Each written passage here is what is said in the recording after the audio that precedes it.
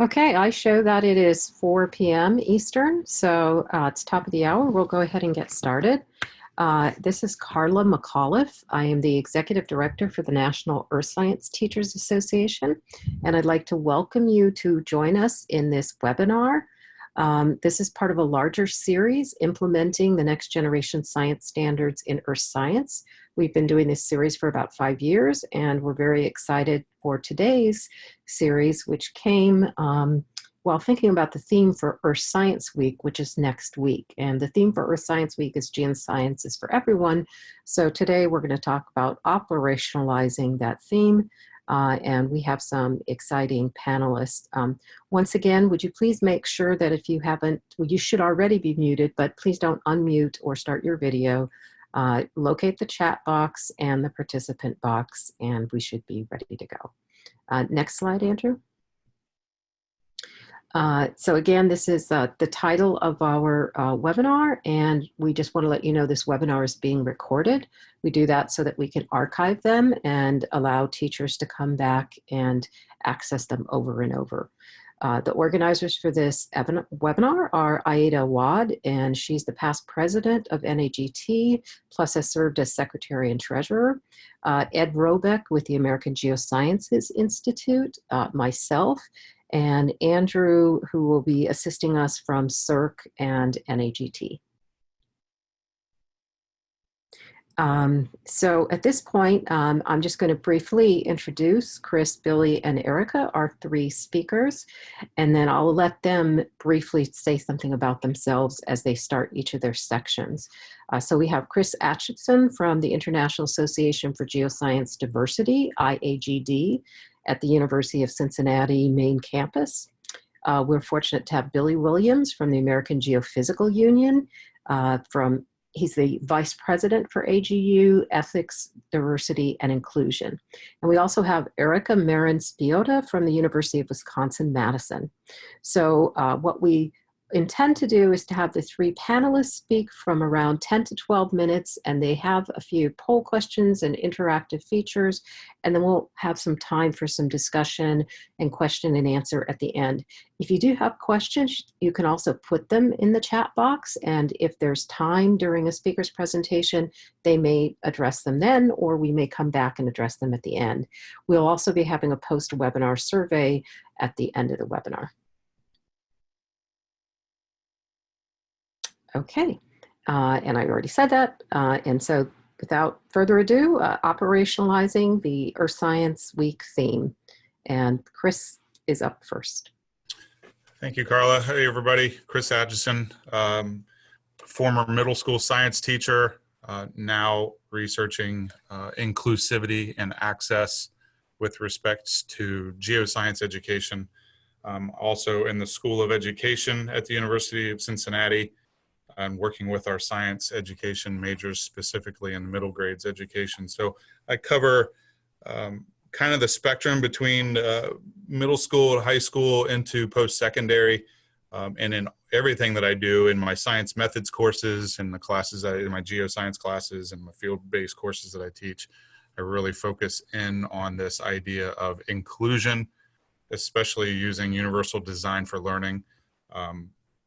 Is one of the big things that I expect my students to be able to do and to know. And so I know that a lot of the folks that are on this webinar now come from across K12 into post-secondary and informal education. So I'm going to give you some ways that I've worked to support students with disabilities, not only in science, but in the geosciences and field-based learning as well. So what I would encourage you to do, if you have questions, throw them into the chat window, and we can get to those. If we can't get them to them right during the call, I'll be happy to respond to you after the fact as well. So Andrew, next slide. So this was a quote that came from Robin Bell last year at AGU, and AGU was in Washington, D.C. in her opening address. She really hit the nail on the head here. When we're talking about science, we do better science when everyone's at the table, not just the common scientist, but understanding that a lot of science has a very exclusive culture that we're trying to address And the more diversity we have at the table, the stronger and more innovative the science becomes. Andrew? And so some of you may be aware of the organization, the International Association for Geoscience Diversity. This was an organization that we started back in 2008 as really a network for instructors to share resources and share information about how to best support students with disabilities in their classes. At the time, there were a lot of great people doing great work to support their students instructionally, but then when that student would move away from their introductory class or any class that they were teaching, those resources would rarely get used again, and really never to be shared or seen. So this was just a network. We created a network to get people to start sharing those resources and seeking resources and assistance. This organization is now in its 11th year. We're finishing up our 11th year, where we have a network now that spans to over 40 countries around the world. And our very first chapter was started and sponsored by the Geological Society of London in 2018, called DIG UK. And so DIG UK is really focused not only on disability, but they're focused on diversity broadly. Andrew?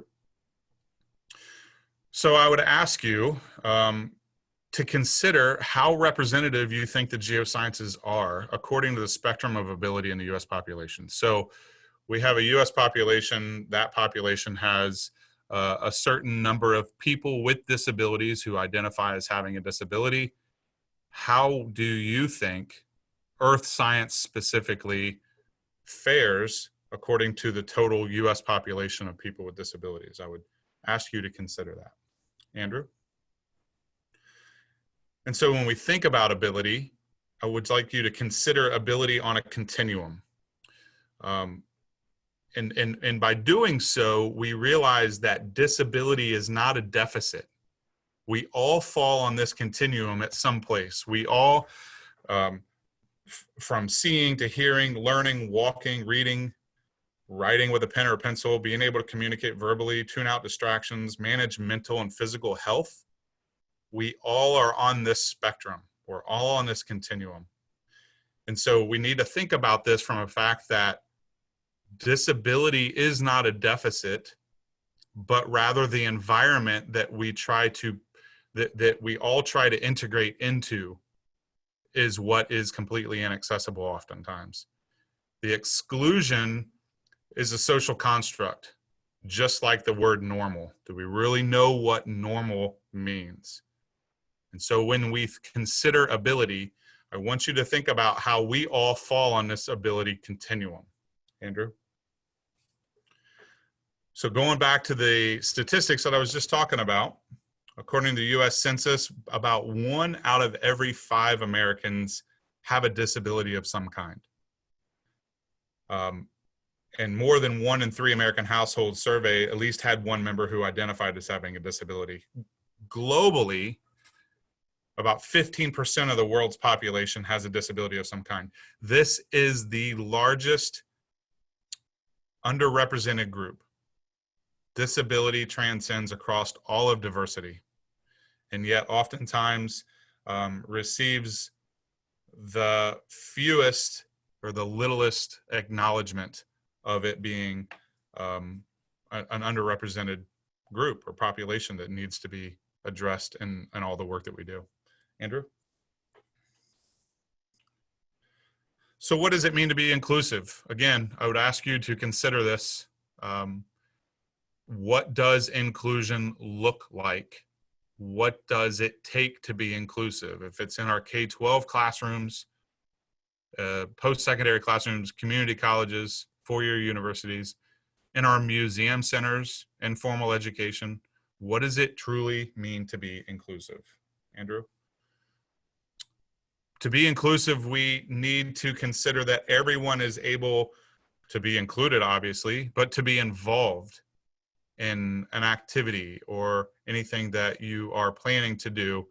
This isn't just at the moment, but also planning to be involved. How do you, if you have a student that has a specific disability type, planning to get them involved is inclusion. How does everyone able to collaborate, to communicate? How does everyone advocate? And so on a lot of my accessible field trips, I often tell everyone to advocate for each other. So a lot of times students are, they may be struggling with something, anxiety might be setting in and unable to really advocate, truly advocate for something that they need. And so I put the ownership back on their peers, their partners, their collaborators to help advocate for them as well. Inclusion means how do we all overcome barriers? We all stay open-minded and we learn from everyone. Over the past 11, 12 years that I've been doing this work, everything that I've learned, honestly, has come from the students that I've been working with. And so being open-minded and learning from others, realizing that you're not the expert when it comes to something that's very different than you, goes a long way. And realizing that everyone we're working with impacts the entire community of learning. So trying to be inclusive, working towards inclusion, supports everyone, not just the few. Andrew?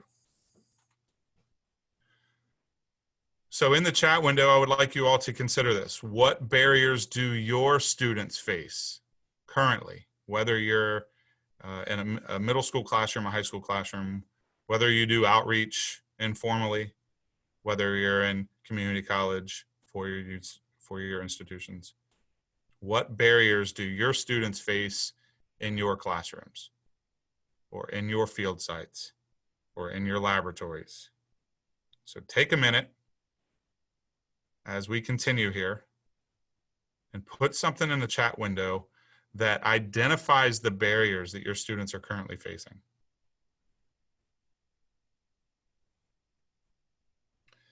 Andrew?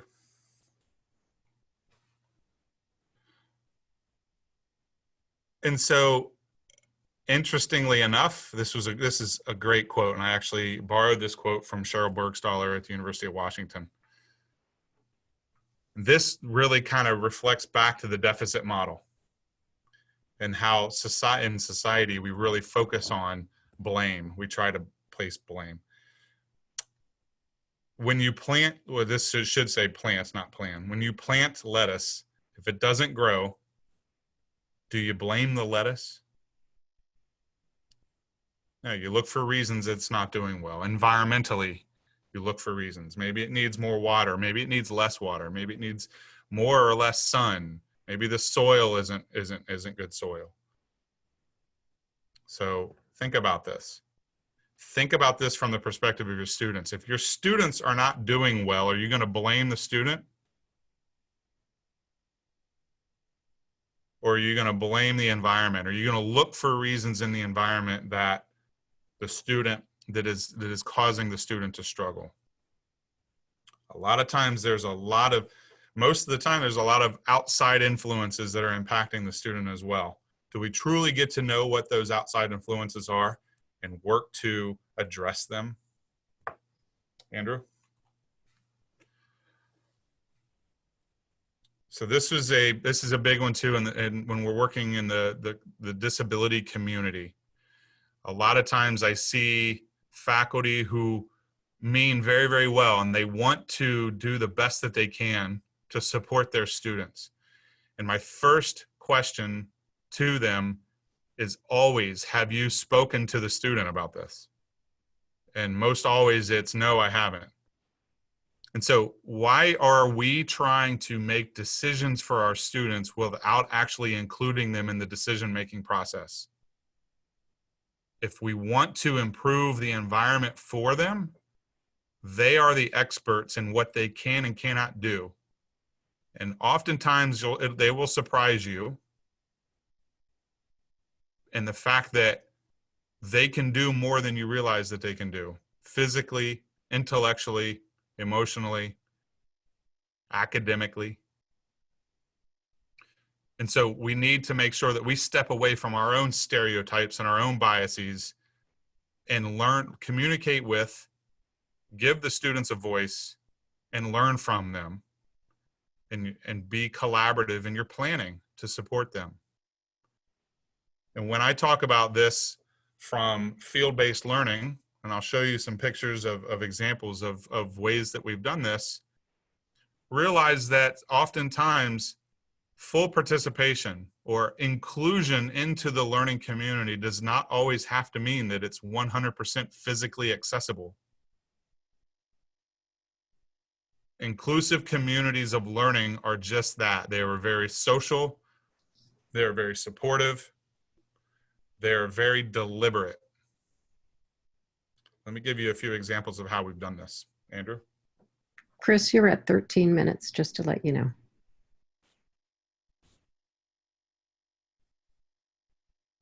So this is a picture of a trip that we took in Vancouver.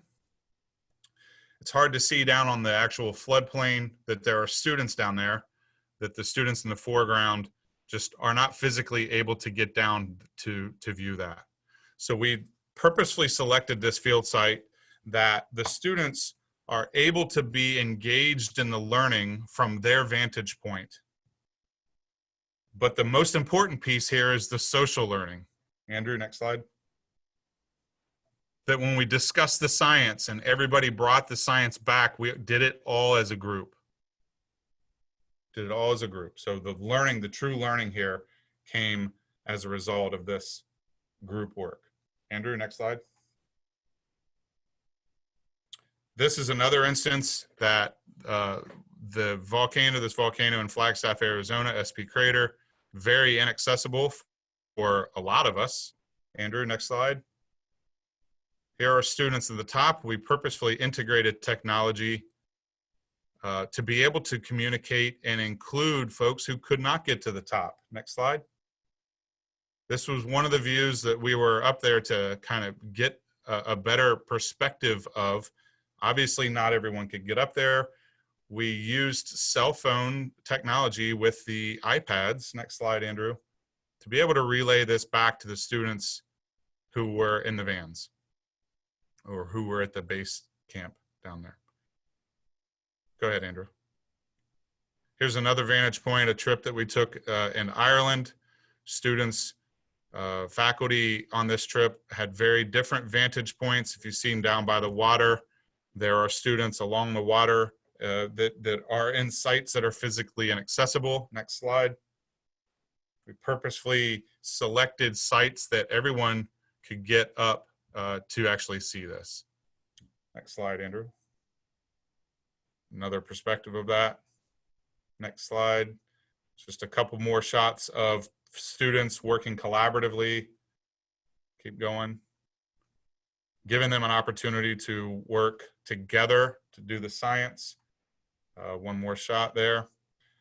All right, so what's the research telling us? Next slide. The traditional methods often marginalize those who do not fit the culturally normalized identity. What does that really mean? What is a culturally normalized identity? The issue of inaccessibility and exclusion is much larger and more widespread than we realize. There's a lot of students, especially in post-secondary, who are purposefully not disclosing a disability. And that the laws and safeguards to protect the identity potentially redirect bias and stereotype. We see this in the classrooms where faculty just truly don't believe students oftentimes that they have a disability, realizing that most disabilities are non-apparent and that inclusively designed opportunities supports all students. Next couple slides, we'll go through these really quickly so we can move on. This is just data. Go ahead, Andrew. Data that we're seeing from Fortune 500 companies that are focused on access and inclusion are doing much, much better. Why is diversity vital for innovation? These are a couple of quick reads to talk about that. Geoscience careers, next slide. There's a lot of them, a lot of diversity in geoscience careers in general. Not all of them require you to be physically fit to climb the top of a mountain. And then I think we'll skip a couple of them here, so we'll skip that one. Here's some resources that you're welcome to use. Everyone is, so I do want to make sure that I do mention this, the Inclusive Geoscience Education and Research Award. The IAGD gives out an Iger Award that supports anyone anyone working to promote access and inclusion. From K12 to post-secondary to informal education. This is a research and an education award. For more information, check out the link there, theig.org//Iger. And that is all I have. Thank you, Chris. And we'll hold questions until the end so we can get through our panelists. Okay, Carly, you ready for me? Yes, we are. Okay, so hello everybody. My name is Billy Williams. I serve as the Vice President for Ethics, Diversity, and Inclusion at AGU.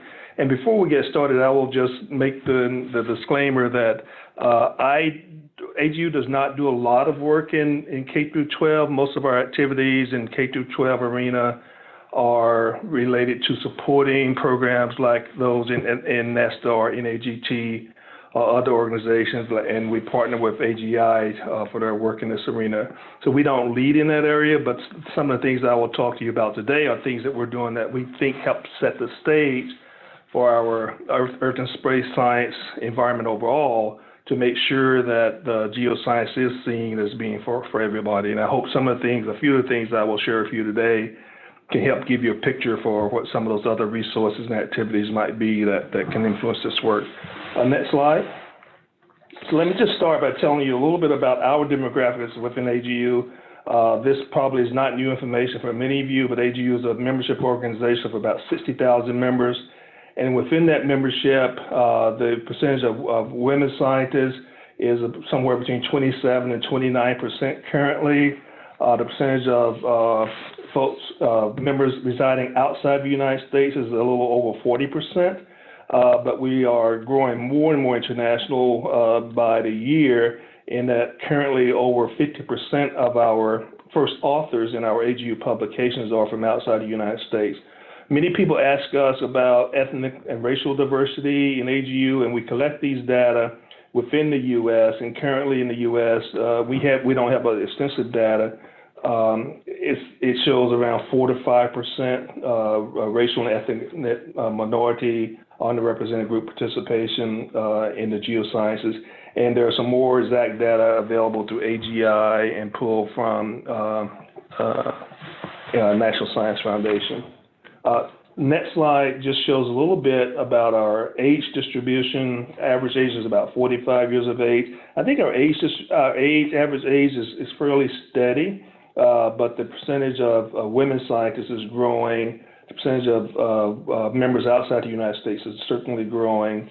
But the percentage of underrepresented, what we call underrepresented populations, ethnic minorities and others in the United States, has not grown over the past, I would say, 20 to 30 years, and we're paying a lot of attention to that. And I think the place where this will start would be in the K through 12 arena, but that's not where AGU is focusing its work. So I think there's an opportunity here for us to partner more strongly with those groups who are focused in that area to provide the needed support to make sure we have a healthy pipeline.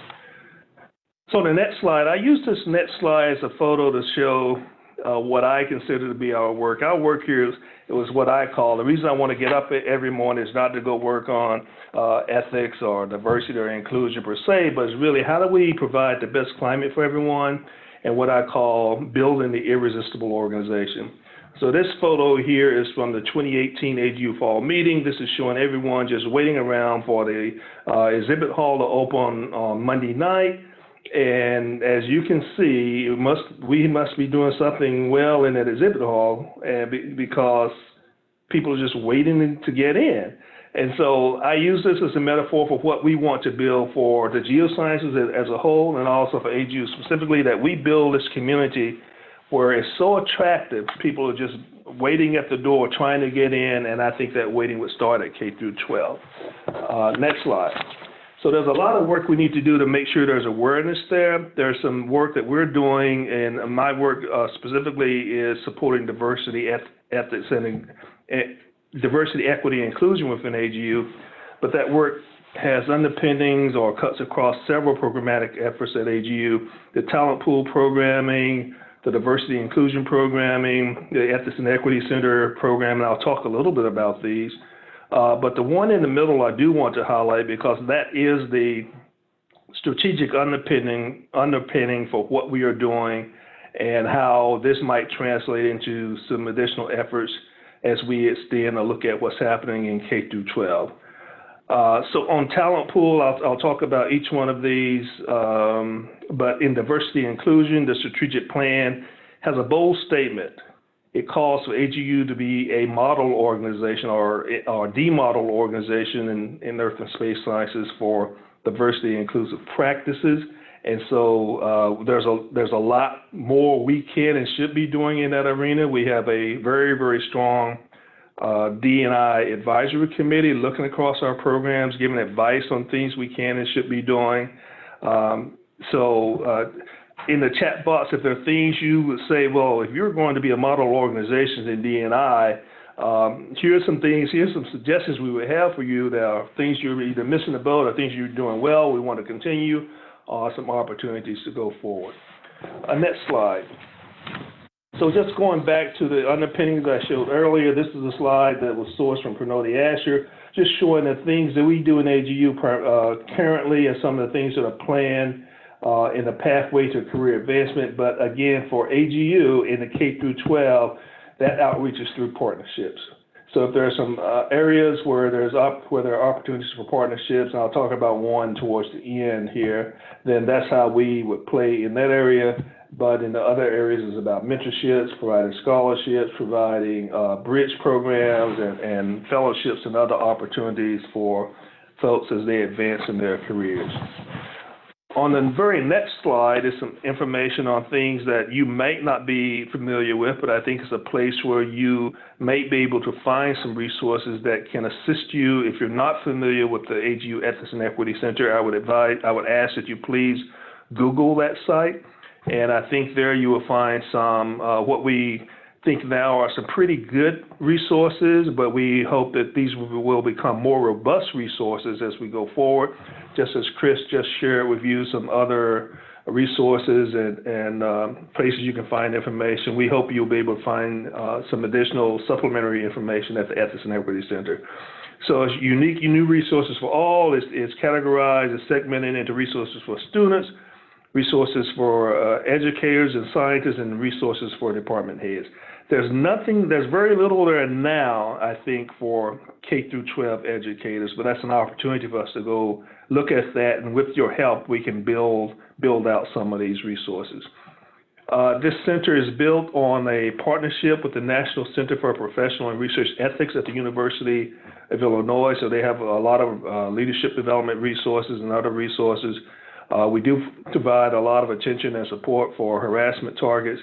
And currently we're conducting a lot of workshops across sectors. And what that means is that we're expanding our reach beyond just the typical Earth and Space Science academic communities through some support from some foundations. So next slide.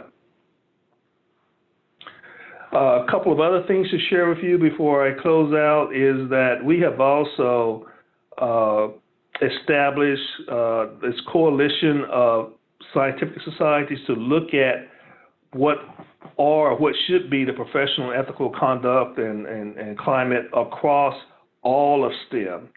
So this is looking beyond Earth and Space Sciences, but looking across STEM. And I'm proud to say that the AGU had a hand in launching this initiative. We were a founding member here. We have an executive committee, which AGU co-chairs the executive committee. But since this consortium was launched in February of this year, we now have 119 societies, professional societies, who have joined. Then the point being made here is that this is an opportunity to leverage when we find practices that work well within our STEM K-12 community. We can leverage in through this group, or we can leverage what's happening in other societies. Although the focus here it was established to address sexual harassment, the view of the committee and advisory group is we are interested in anything that promotes a positive work environment, because those things are closely tied together. Next slide. The other item that is not related to K-12, but I think can have some influence, especially as we think about how we build the pipeline for the future, is the Sea Change Initiative, and this is spearheaded at AAAS.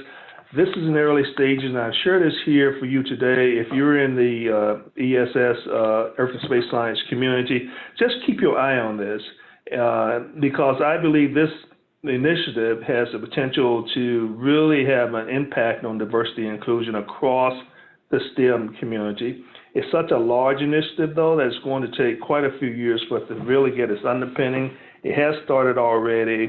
You'll see some pilots and some opportunities for those of you who are involved with education in the Earth and Space Sciences to be involved with either your academic department or with your college or university. So stay tuned for that. We will have more information on the Sea Change Initiative at our fall meeting, and then we'll follow up from there. My next slide is just an opportunity to share how we are extending partnerships and getting influence across non-traditional partners for AGU. The Rockefeller Family Fund, for example, is interested in what happens with families, so that certainly involves K-12. The National Women's Law Center and the Urban Institute are all partners with AGU currently, so we have developed some good relationships there. But we can use them as well as we talk about how do we advance some of our STEM initiatives overall. And then my final slide is on an item that I feel very, very strongly about, and that's the Bright Stars program. I hope you are all familiar with this. That's one of our few, I think, shining stars of activities within AGU and K-12. If you don't recognize that big guy in the picture, not the little guy, that's me. But to see a young student, elementary age or middle school age, at a scientific meeting, even being there is an eye-opener, but someone making graphs, collecting data just on a very elementary stage is powerful. And to be able to stand in front of a poster and look another scientist in the eye, even if you look up to them, it builds confidence. And I really applaud the parents and the mentors and the teachers who go out of their way to bring their students to this conference. So I would encourage any of you who are on the call who work directly with young students to check out the Bright Stars program. Consider bringing your students to those sessions, whether they're presenting or not. It's an opportunity for exposure. The AGU meeting now is on a rotational schedule, so you will not always have to bring them all the way to San Francisco. We met in D.C. this past year. But we do have people who travel across the United States and even internationally to bring their students to participate. So just a plug here for Bright Stars. This has a soft spot in my heart because I just wish I had had an opportunity to even know a scientist when I was the age of this young man. So it's a unique opportunity. I think it deserves more support than it has currently, and I would encourage you to try to support it. And I think that's it for my slides. Last slide, I think it says thank you. One thing I would ask is, what do you see as a role for AGU or scientific societies in the K-12 arena in terms of how to influence this mantra that geoscience is for everyone? Thank you.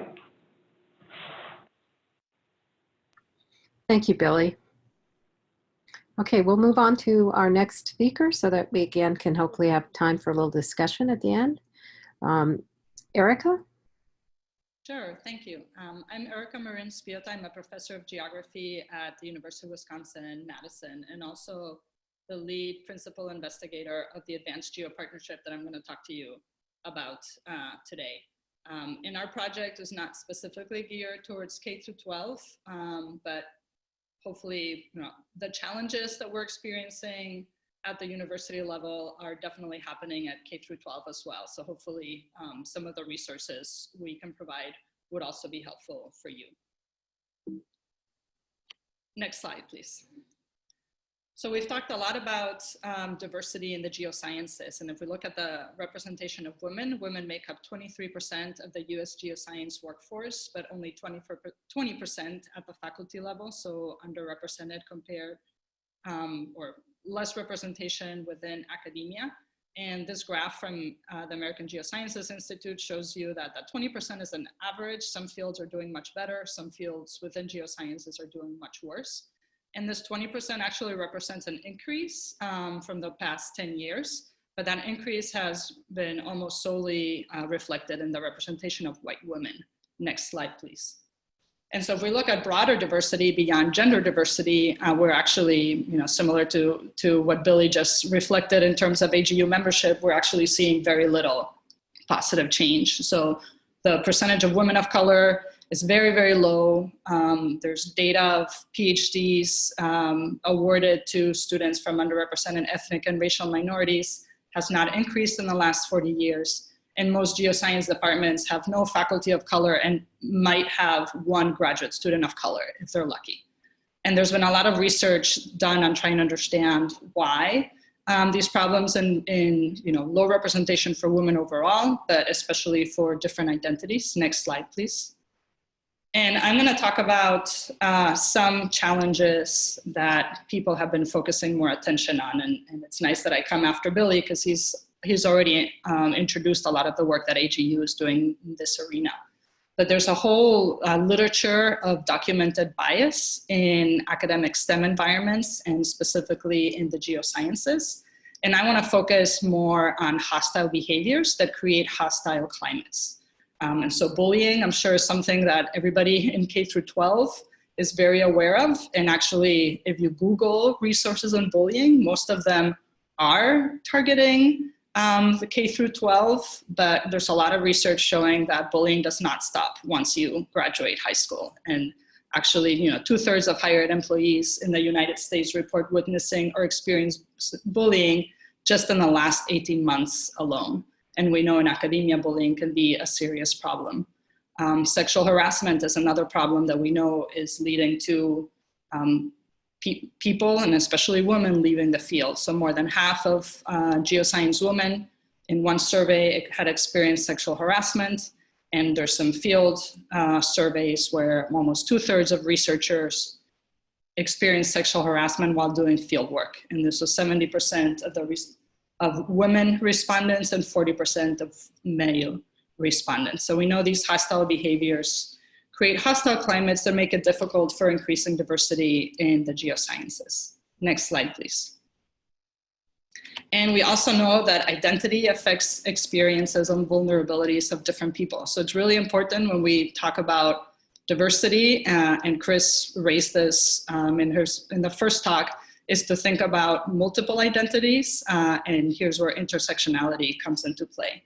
So we have some data of intersectionality or the effect of intersectionality, 40% of women of color compared to 27% of white women, and this is a survey from Astrophysics, felt unsafe in their workplace due to their gender.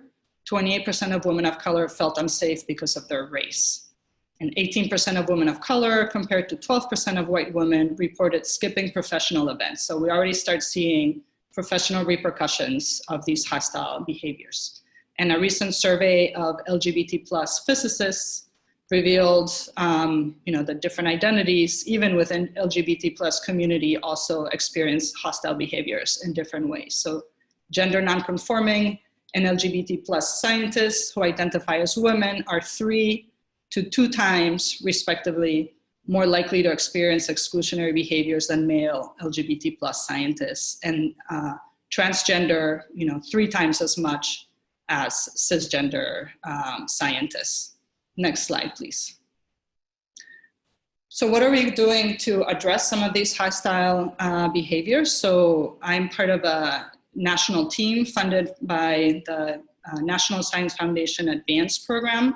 As you can see, we have multiple institutions involved, and then we also have AGU as our main society partner, as well as the Earth Science Women's Network and the Association for Women Geoscientists. Next slide, please. And so we have a 4-year grant. We're in the middle of it, and our main products are the development and delivery of bystander intervention and workplace climate training with scenarios that are specific to the geosciences and that incorporate intersectionality. We are collecting data on workplace experiences of members of different geoscience professional societies. If you're a member of AGU, that will be in your inbox very soon. We're developing teaching modules that identify harassment as research misconduct, and this is following AGU's new code of ethics that identifies harassment, bullying as discrimination as scientific misconduct. And developing a sustainable model that can be transferred to other disciplines in partnership with professional societies. So working not just on campus, but actually trying to have national impact. Next slide, please. Here's some data from evaluation data of some of the workshops. We've run almost 40 workshops so far in the first 2 years, and we run those on campuses. We run them in professional societies. We'll go to field stations. We'll go to national meetings. And we're trying to educate people on the problem of harassment. Can you identify harassment? What are the impacts of harassment? And what can we do to acknowledge and try to prevent these hostile behaviors, or at least reduce their impact. So thinking about the role of professional societies, because even if people can't get support on their own in their own institution, they might be able to get support from their professional societies. Next slide, please. Our workshops are very interactive. We do a lot of work on practicing bystander intervention skills and go through different scenarios. We do a lot of work specific to field work. And so this is one example of a scenario, and the types of questions that we would ask people to discuss in small groups. Next slide, please. And in thinking about, trying to improve diversity at all different levels in the geosciences, I want us to think about, do our students, coming into the classroom, coming into a field experience, coming into the lab, coming into a conference, do they see themselves reflected in the discipline? One way to start thinking about this is start thinking about, what is the history of our discipline and the history of our institutions. Next slide, please. And then think about, for improving diversity in the geosciences, we have to kind of take a more long-term approach and think about, how do our current institutional structures, practices, and behaviors continue to exclude, and how can we change those structures? Next slide, please. Part of our team recently published a review of geoscience education research literature for the last 10 years. And we were really inspired by this call for a new geoscience education research agenda by Lewis and Baker that came out in 2010 that proposed or really implored the community to use social cultural theories for promoting positive change, in the classroom, in the lab, while doing research. And so some of the themes that emerged from our review of geoscience education was, promising increasing challenges to science as neutral. So more people start, challenging whether as scientists we're truly objective, and what is the role of bias and the role of subjectivity in the work that we do. We can do a better job at interrogating our assumptions of meritocracy in higher education and thinking about, how do we define academic success and how do we measure that? I think that's an important conversation to have. And then a lot of the work focused on improving individuals' professional development and skills, which is really important. But when we think about increasing diversity, we really have to think about bias as systemic and how do we change the structure and the culture. So finish off with some recommendations for thinking about the role of individuals in community social identity and how that affects people's feelings of belonging and access to opportunities, thinking about the role of power dynamics. And then also one thing that I've really benefited from this project is, expanding my own education about the usefulness and value of qualitative research methods. And in the next slide, I just have a screenshot of our website that has a great collection of community resources. You can see On the left, on the menu, the types of resources there for the community, and we would be open to hosting other types of information that you think would be useful to you. Thank you. Thank you, Erica. At this point, we'd like to open it up to questions and discussion. I see that we have a few in the chat, but if you want to take a moment to add something to the chat, in particular, a question you have for any of our panelists, and I'll just poke around here for a minute.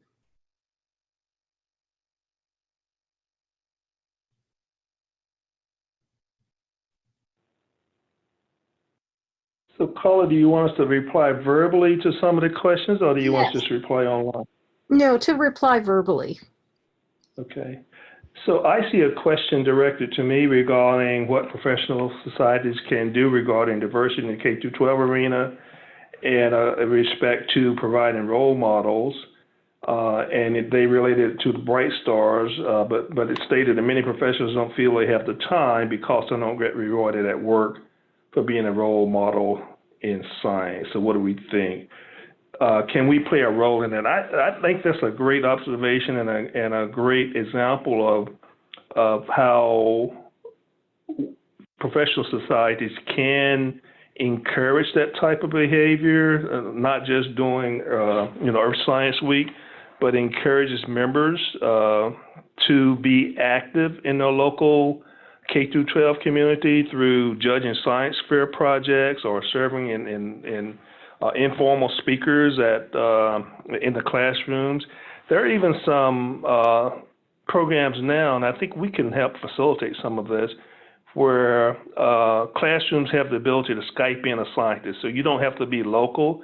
An interested science teacher can arrange a Skype session with a scientist who has information on a certain topic that a fourth grade class or eighth grade class or whomever might be interested in. So I think there's a lot more we can do if we look aggressively at programs like that to encourage our members and any scientists to be involved more proactively, and even to the extent of providing some type of public recognition for people who do that on a regular basis. So those are my thoughts.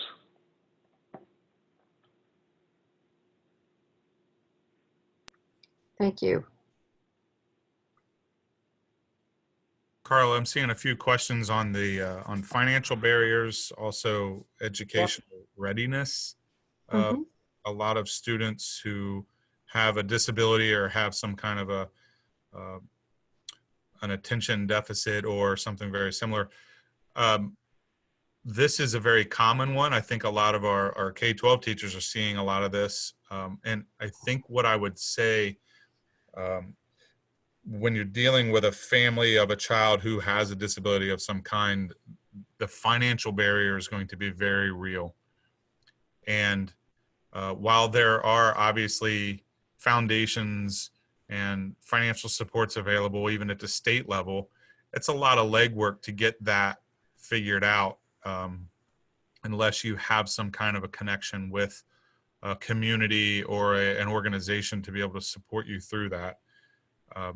I think that what I would really want to say here is that at any level, we should really be looking, and I'll kind of point to our informal educators, that a lot of museum centers here in Cincinnati, the Cincinnati Museum Center is very well situated to provide informal science learning experiences across these spectrums of ability.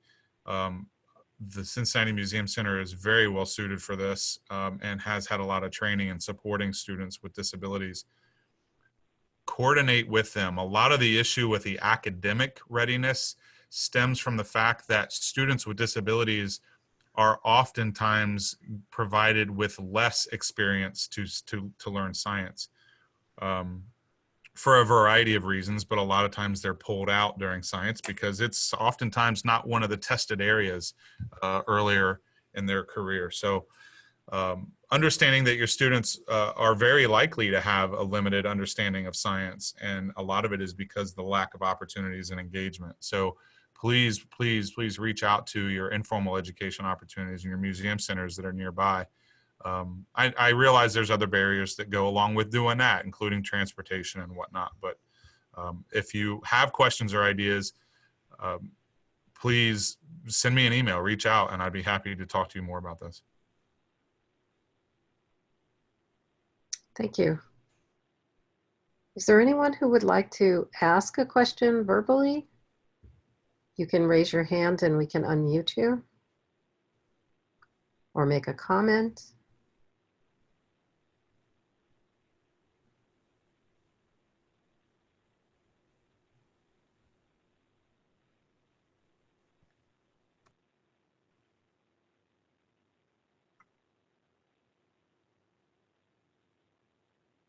Okay, I'm going to take that as a no. I think I did enough wait time.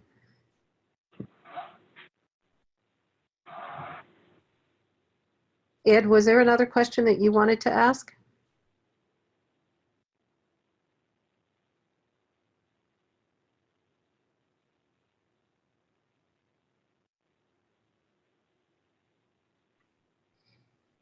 Okay, next slide, please then, Andrew. And as our speakers have indicated, they're more than happy to email with you offline and discuss issues further. We would like you to take a moment in the remaining 9 minutes of the webinar to complete our short webinar survey. It's very valuable to us because it provides us with data to continue to be able to do the webinars and to shape the direction that we go in the future. I think Andrew will, okay, did put it in the chat, perfect. Next slide, please. Also, we wanted to point you to the archived versions of all the past webinars. If you miss a webinar, you can always go back and watch it. And we have found that lots of folks do that.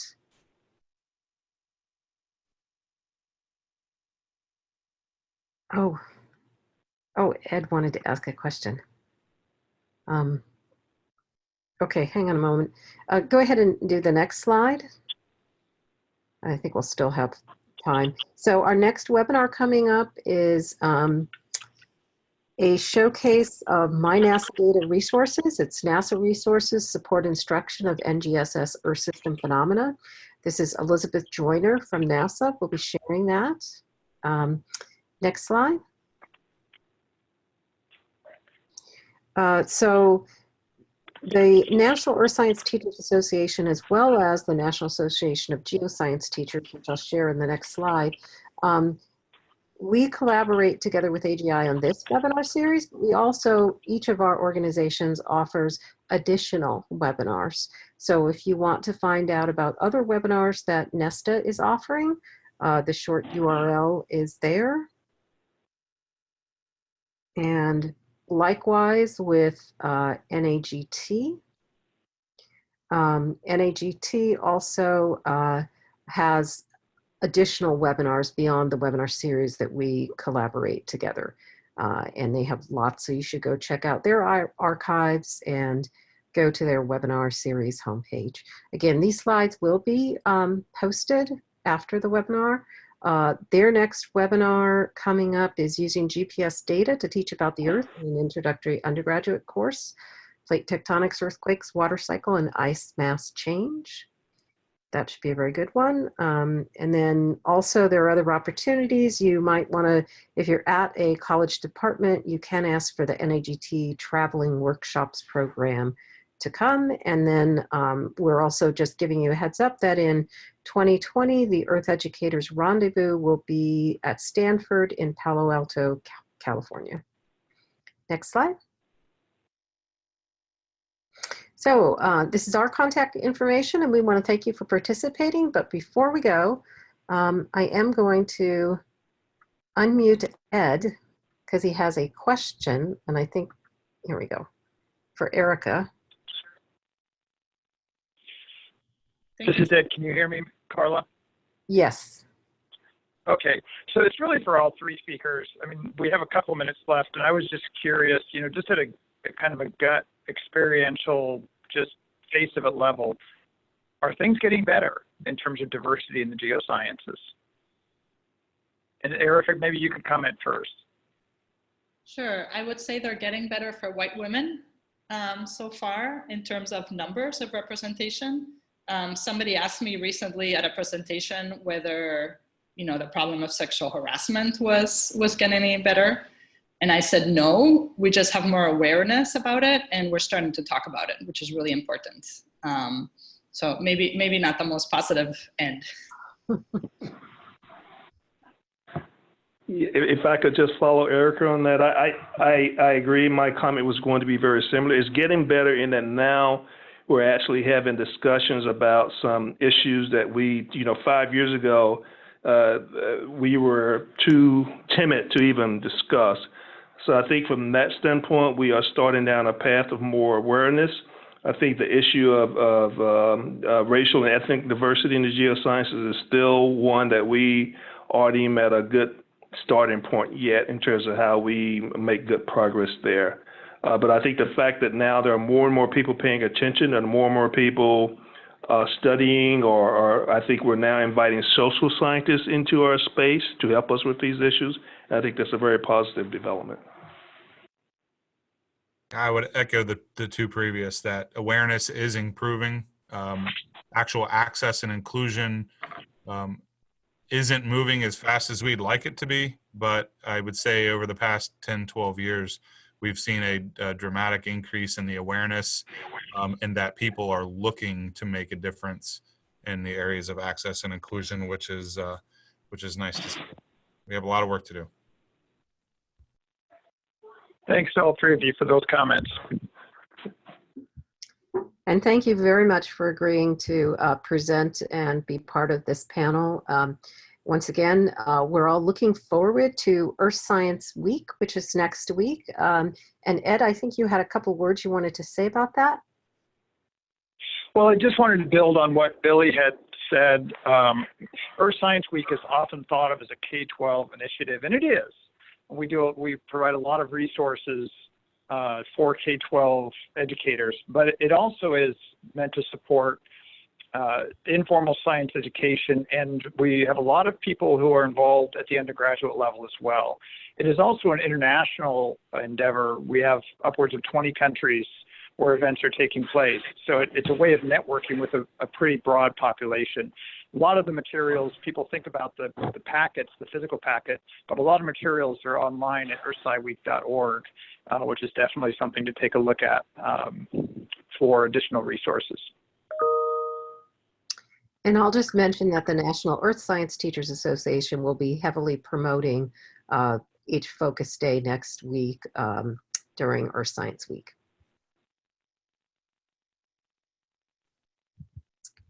So thank you all again, and please do complete the survey. That's very important again for us for our data collection. And thank you for participating. We look forward to you coming to a future webinar. Thanks all. Thank you. Thank you.